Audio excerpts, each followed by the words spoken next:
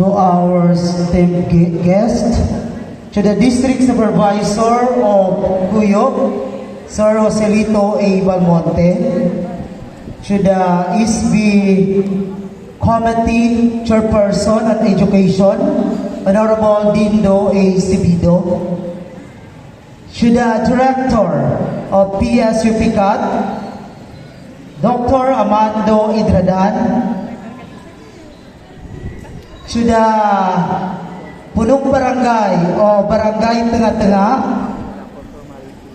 Kapitan Felix Falconitin, to the PTA Federation President of the Cuyo District, as well as PTA President of Cuyo Center School, Dr. Jacqueline A. Vigonte,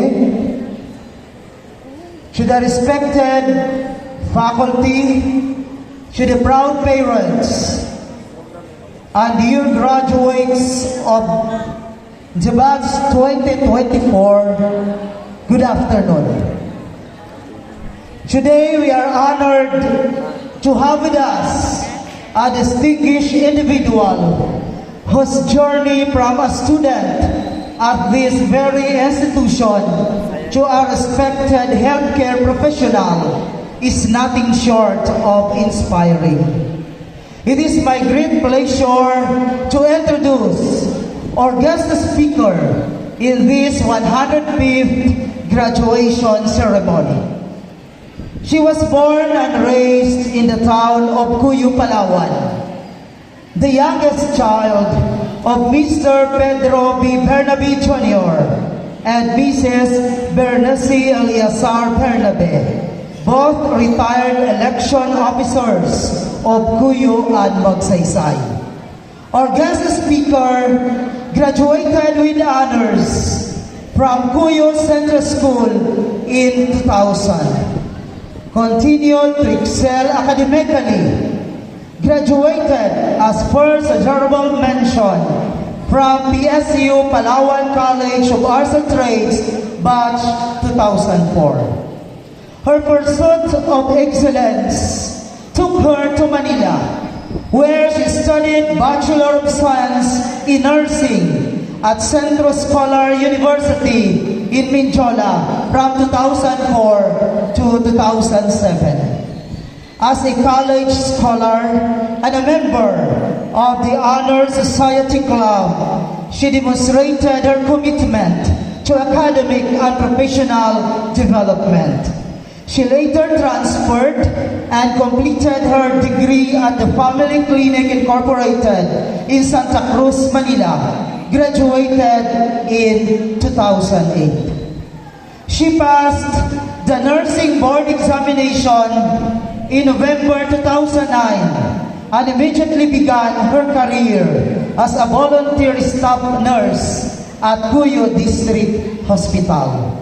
She contributed to serve her community as a staff nurse in the Rural Health Unit or Municipal Health Office of Cuyo from 2010 to 2011. Her dedication and skill quickly earned her the position of public health nurse, Nurse 2, at the young age of 23. Throughout her career, she has held numerous vital roles, including Municipal Nutrition Action Officer for 6 years, Program Manager for Non-Communicable Diseases for 10 years, Family Planning Program Manager for 10 years, Maternal and Child Health and Nutrition and Health Education and Promotion Officer for 10 years.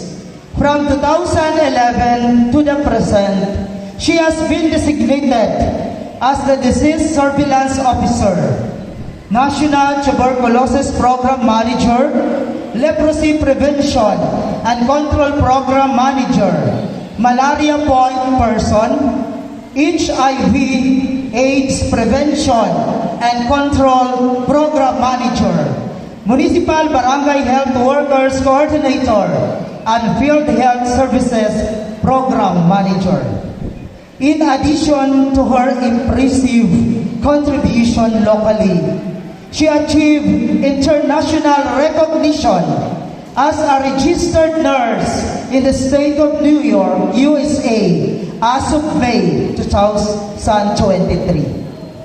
Her unwavering dedication to public health, her numerous professional accomplishments, her profound commitment to serving her community make her a truly exemplary alumna of Cuyo Central School. Ladies and gentlemen, it is with great pride and admiration that I present to you our guest speaker, Miss Vicky Carissa Ilyazar Bernabe. Please join me in giving a warm welcome to Miss Bernabe.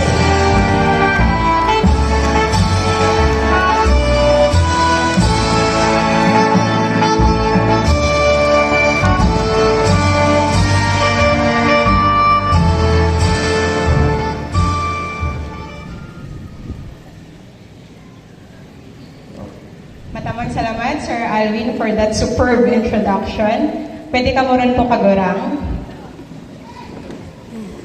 To the Public Schools District Supervisor, Mr. Joselito A. Balmonte. To the Officer in Charge of Cuyo Central School, Sir Jofel M. Ustares. To our Municipal Official, SB Member, Honorable Dindo A. Cebido, Committee Chair on Education. Professor Dr. Amando A. Edradan Jr., Associate Dean, Officer in Charge of PSU TICAT. To our Punong Barangay of Tinga-Tinga, Honorable Felix T. Falconitin. To our PTA Federation President, Dr. Jacqueline E. Bigonte. Teachers, faculty and staff, guests, to the proud parents, and to the graduating class batch 2024 of Cuyo Central School, mayad nga pon kanatang tanan. Good afternoon! Gising pa ba? Araw nyo to, dapat energetic kayo, di ba? Una po sa tanan, ako agapasalamat sa Ginoo sa pagtaw-i pribilehiyo kanaken nga ma-invite as guest speaker that is sa 105th graduation ceremony of Cuyo Central School. Wow, 105 years din. Malagikon, dururon raka ang graduate diki sa tang eskwelan. Igisara ko ron to. Dadi, agatawa ko ron serbisyo sa tang banwang Pinalangga as a nurse. And I am grateful to Cuyo Central School as part of my achievements today. Dito ako simulang nahubog na maging isang masipag, matino, maaasahang manggagawa ng ating bayan. Noon, parte din ako ng mga nagtapos sa grade 6 at naramdaman ko rin ang excitement that you are about to enter grade 7. Excited na ba kayo mag-high school? Yes.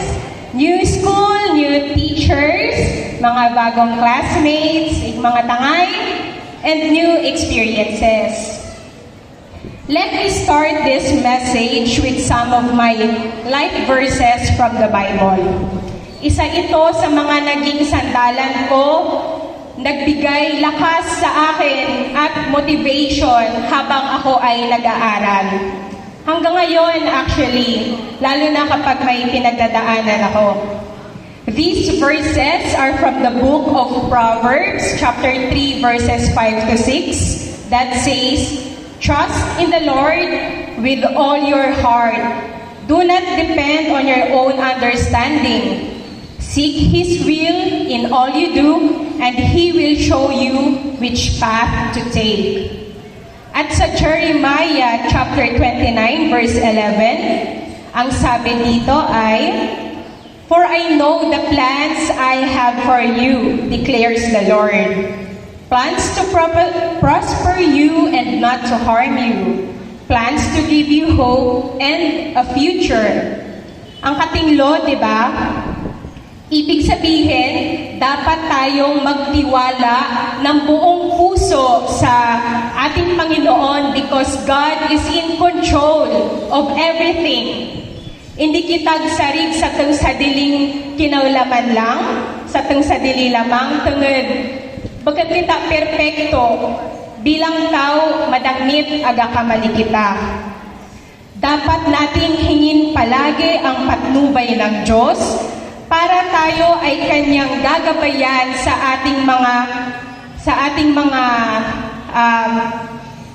minimithi sa ating buhay at sa ating mga tatahakin sa ating buhay. Tungod ang Diyos ay may plano para sa isarami-saraka natin, mga planong hindi tungod ikarimo, kundi para sa tangikakayad lamang. Ito ay mga planong magdudulot sa atin ang kinabukasang punong-puno ng pag-asa. Exciting yon, di ba?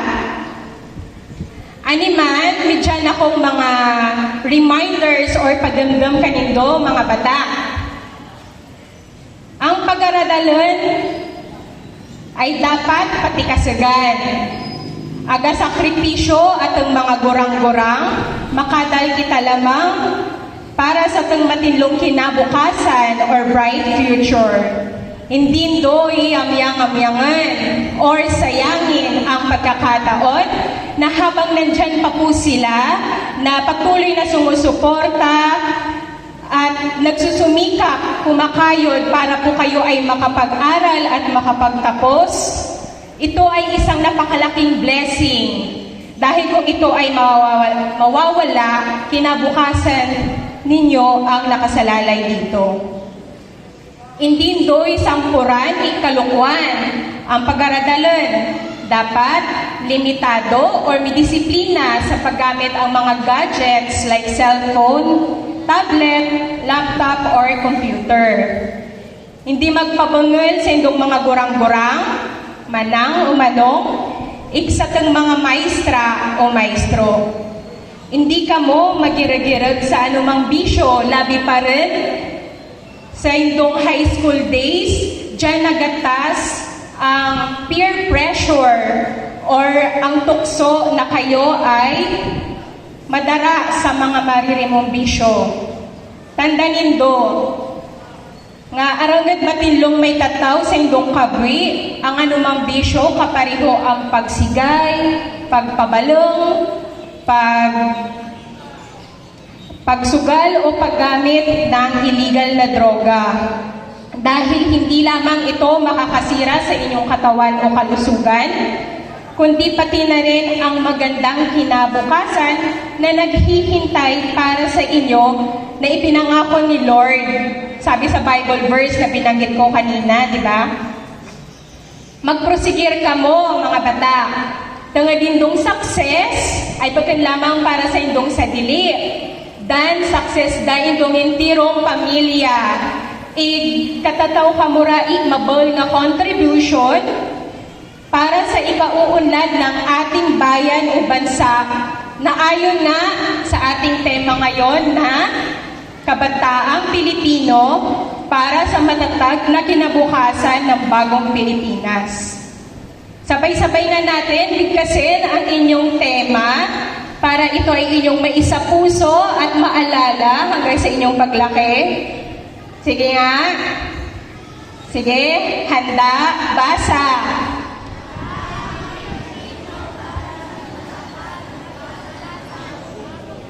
Ang hina naman. Lakasan natin, dapat energetic kayo kasi kayo yan, di ba?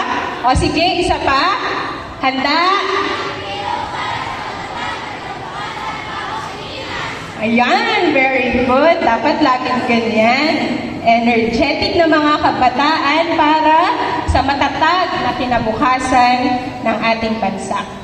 Mga kabataan, kung hindi kayo magpapakatatag sa pag-abot ng inyong mga pangarap habang hinaharap ang mga hamon sa buhay, paano magiging patatag ang kinabukasan ng ating bayan? Sabi nga ni Gat Jose Rizal, ang kabataan kabataan ang pag-asa ng bayan. Isa lang yung sumagot.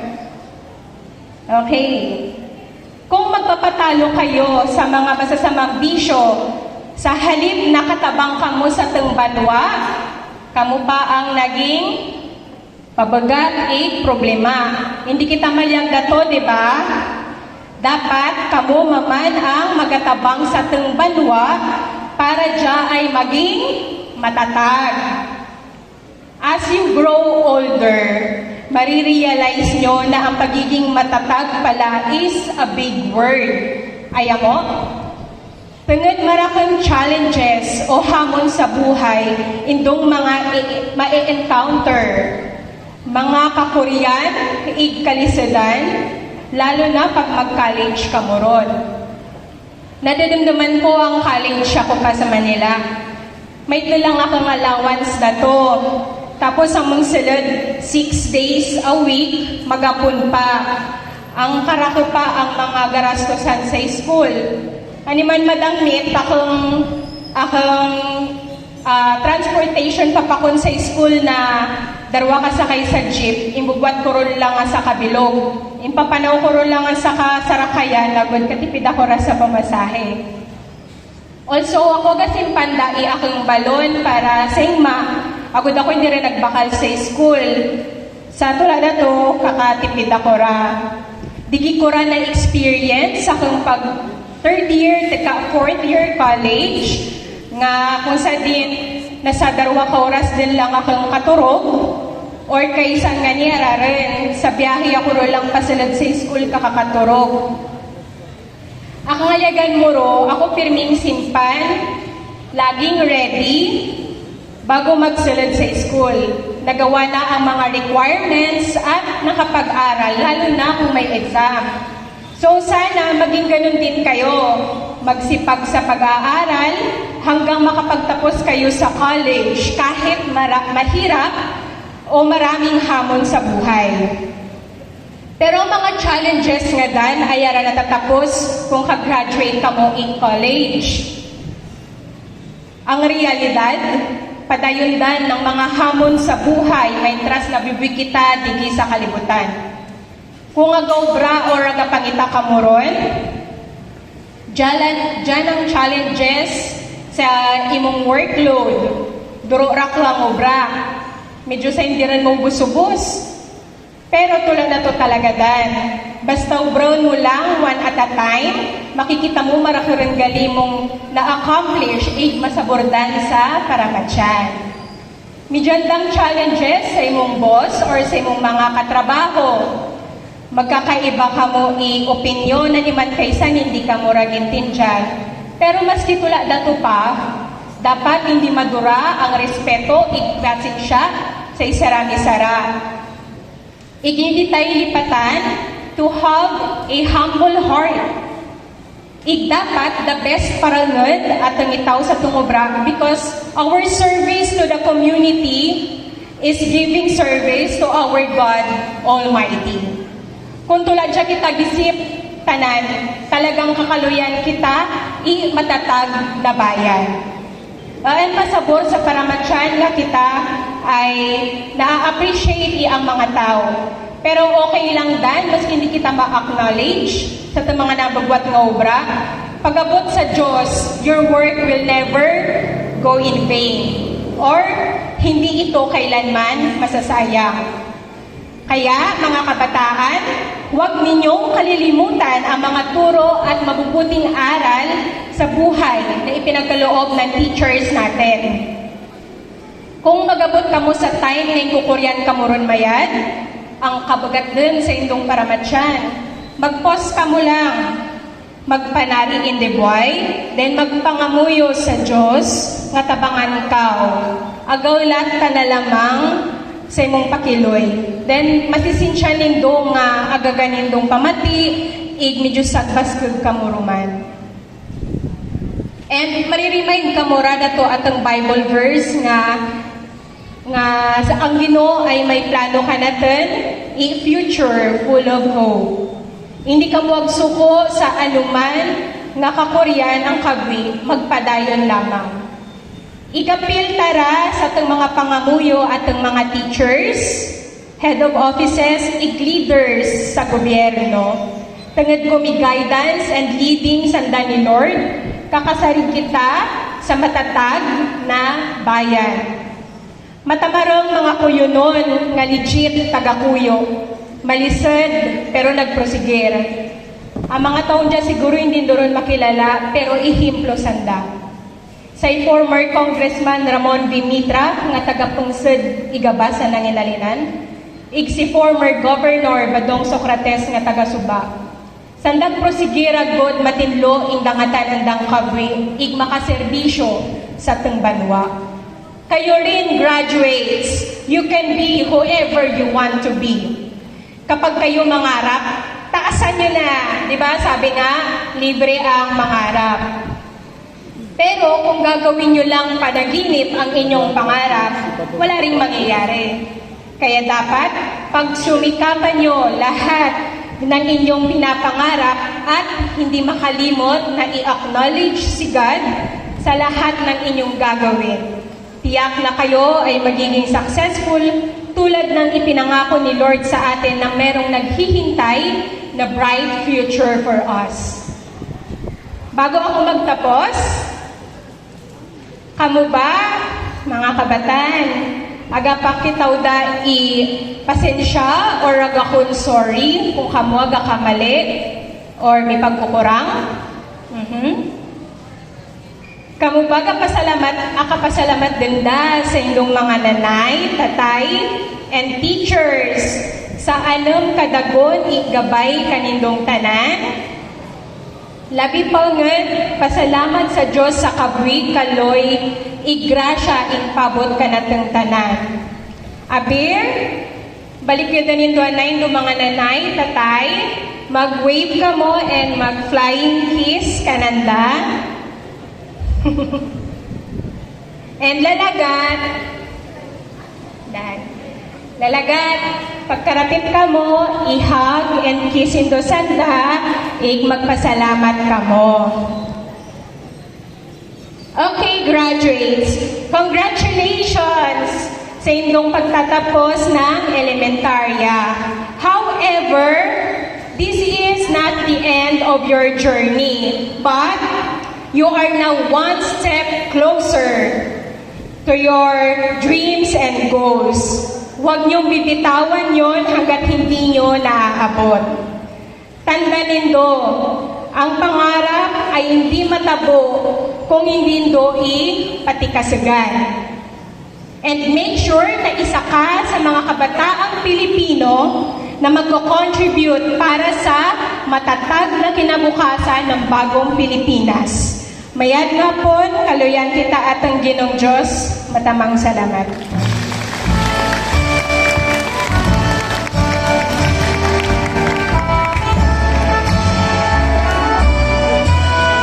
Thank you so much, Ms. Vicky Carissa A. Barnabe, for that inspiring and heartwarming message. Ma'am, please remain on the stage and receive our token of gratitude and a certificate of appreciation for having you as our guest speaker. May we request again Mr. Joselito A. Balmonte and Mr. Jofel A. Mustares to come up on stage to give the token and certificate. Please allow me to read the content of the certificate.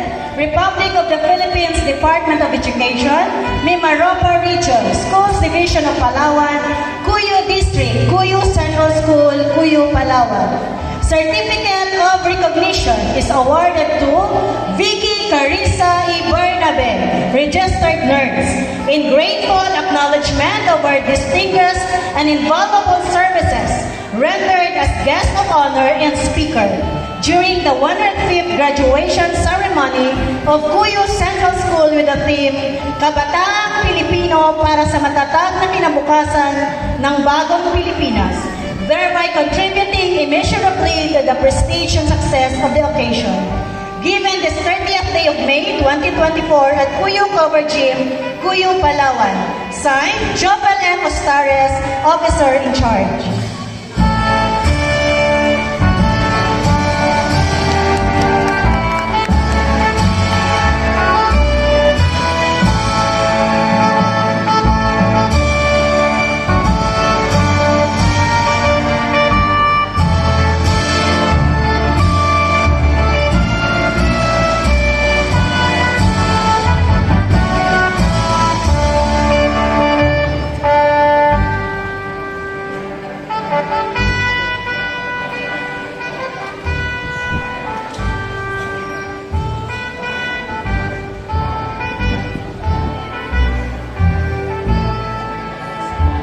Now, we come to the awarding of medals and certificates to the honors graduates of 2023-2024.